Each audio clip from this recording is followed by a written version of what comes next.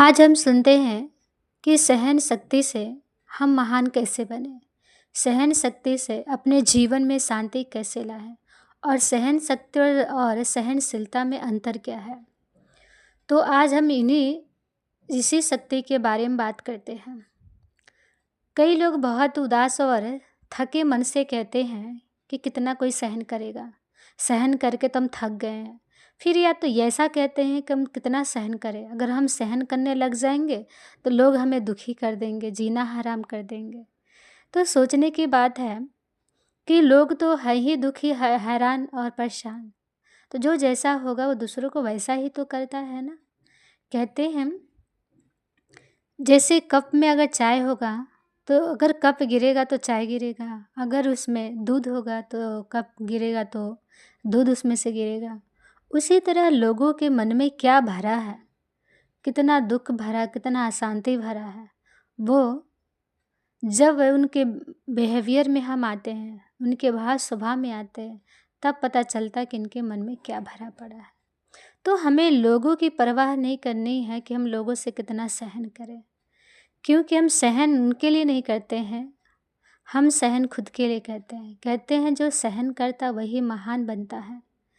जैसे कि पत्थर को भी बहुत सारा छीनी हथौड़ी के मार खाने के बाद ही वो पूजनीय बनता है, वैसे भी हमारे जीवन में हमें बहुत सारे दुख सहन करने पड़ते हैं, बहुत सारे संघर्ष करने पड़ते हैं, लोगों के द्वारा बहुत सारे ठोकरें खाने पड़ते हैं, लोग बहुत सारी बातों से हमें पिंच करते हैं, बहुत दुख देते हैं, डिस्टर्ब करते हैं।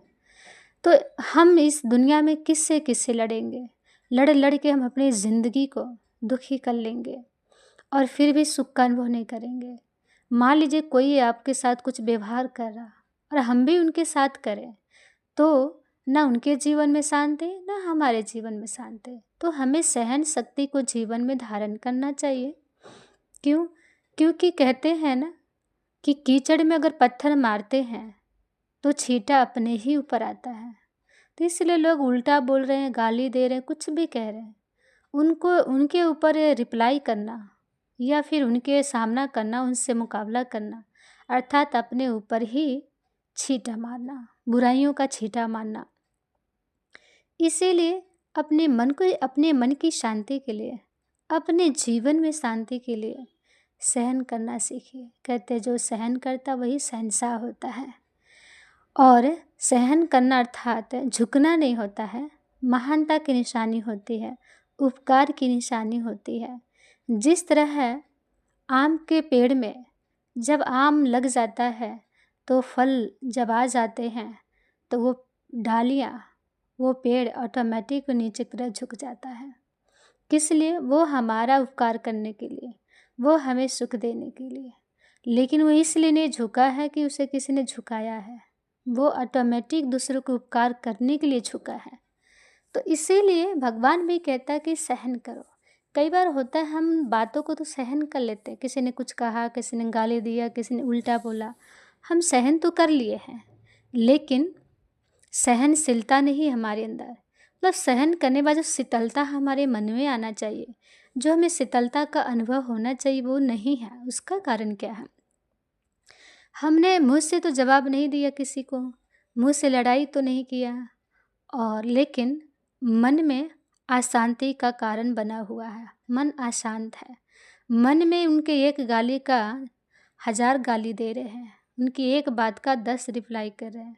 यानी कि हम सहन तो कर लिए हैं ऊपर से, लेकिन मन में शीतलता नहीं आया है। तो अपने मन को शीतल बनाने के लिए, अपने मन को शांत करने के लिए उनकी फेंकी हुई बातें, उनकी उल्टी सुलटी बातें, जो भी अशब्द बोले जाते हैं सामने से, वो अपने मन में धारण ना करें।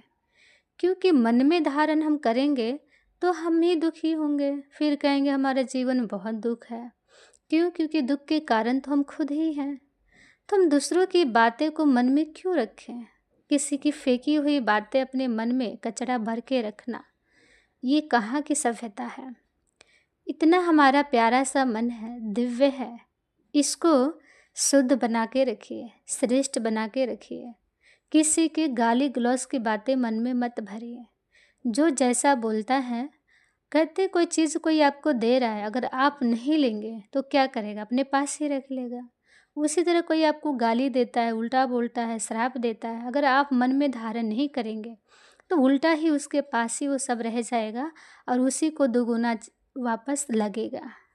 इसीलिए कहते हैं कि इस बात से दुखी मत होइए कि हम कितना सहन करेंगे। हाँ, कहीं-कहीं बहुत सारी बातों का हमने सामना भी करना पड़ता है, गंभीर भी रहना पड़ता है, लेकिन हर बात को आवेश में आके जवाब देना, क्रोध में आके जवाब देना, रोब में आँखें दिखाना और असहनीय हो जाना, ये हमारे ही जीवन को एक मतलब अशांति की ओर ले जाता है। फिर हम कहते हैं कि क्या करें, हमारा सिर में बहुत दर्द हो रहा है। तो सिर में दर्द होने का भी कारण कौन है? क्योंकि हम खुद ही हैं, क्योंकि हम दूसरों को कह रहे हैं ना कि दूसरा ने ऐसा कह दिया, उसने ऐसा कह दिया, उसके कारण हुआ, उसकी वजह से हुआ, उसने ऐसी बातें कही इसलिए हमें सहन नहीं हुआ। तो परमात्मा कहते हैं कि आप जो दोगे वही आपके पास रिटर्न दुगुना होके आता है। अगर आप किसी को गाली देते हो, उल्टा बोलते हो, बद्दुआ देते हो, श्राप देते हो, वो सब आपके पास दुगुना लौट कर आता है। तो इसीलिए इस बात का भी हमें ध्यान होना चाहिए कि हम मन से लोगों को क्या दे रहे हैं, क्योंकि मन का दिया हुआ मन तक ही पहुंचता है।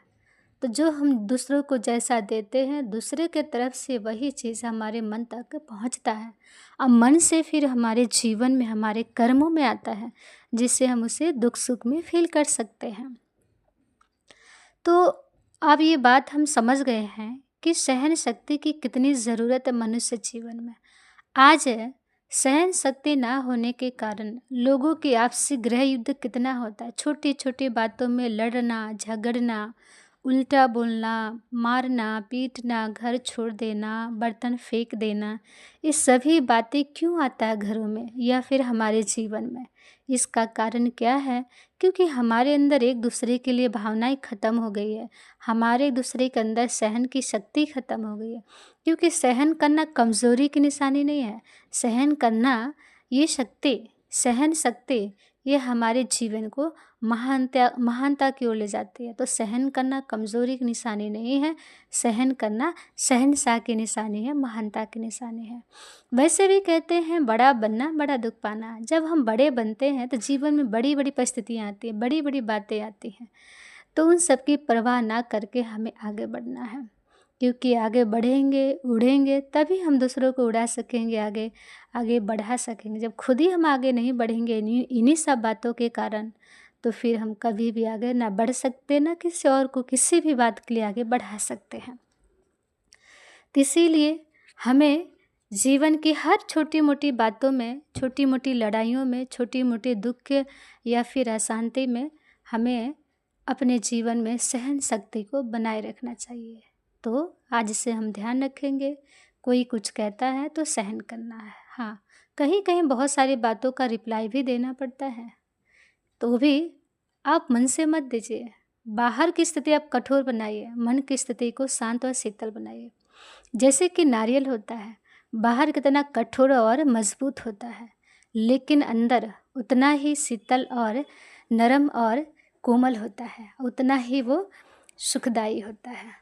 उसी तरह हमें अपने मन को, अपने जीवन को कभी कभी बनाए रखना चाहिए। बाहर भले आपको बहुत ज़्यादा अगर स्थिति खराब है, बहुत ज़्यादा लोग डिस्टर्ब करते हैं, तो बाहर की स्थिति ऐसे बनाइए जैसे कि नारियल। बाहर आप सख्त रहिए, मजबूत रहिए, कठोर रहिए, लेकिन अपने मन को उतना ही शीतल, नम्रता से, सहनशीलता से, शक्तियों से, प्रेम से, गुणों से भर लीजिए, ताकि दुनिया में किसी को पसंद आए ना आए, लेकिन भगवान को पसंद आ जाए। जैसे कि नारियल को तोड़ते हैं किसके चरणों में? भगवान के चरणों में, ताकि वो प्रसाद बन जाए। उसी तरह हमें भी अपने आप को ऐसे पूजनीय और लायक बनाना है ताकि हम भगवान के काम आ जाएं, ताकि भगवान को हम पसंद आ जाएं। तो ये सहन शक्ति हमारे जीवन में कैसे आएगी? जब हम परमपिता परमात्मा को जितना प्यार से और स्नेह से याद करते हैं, उतना ही हमारे जीवन में सहन शक्ति आ जाती है। धन्यवाद।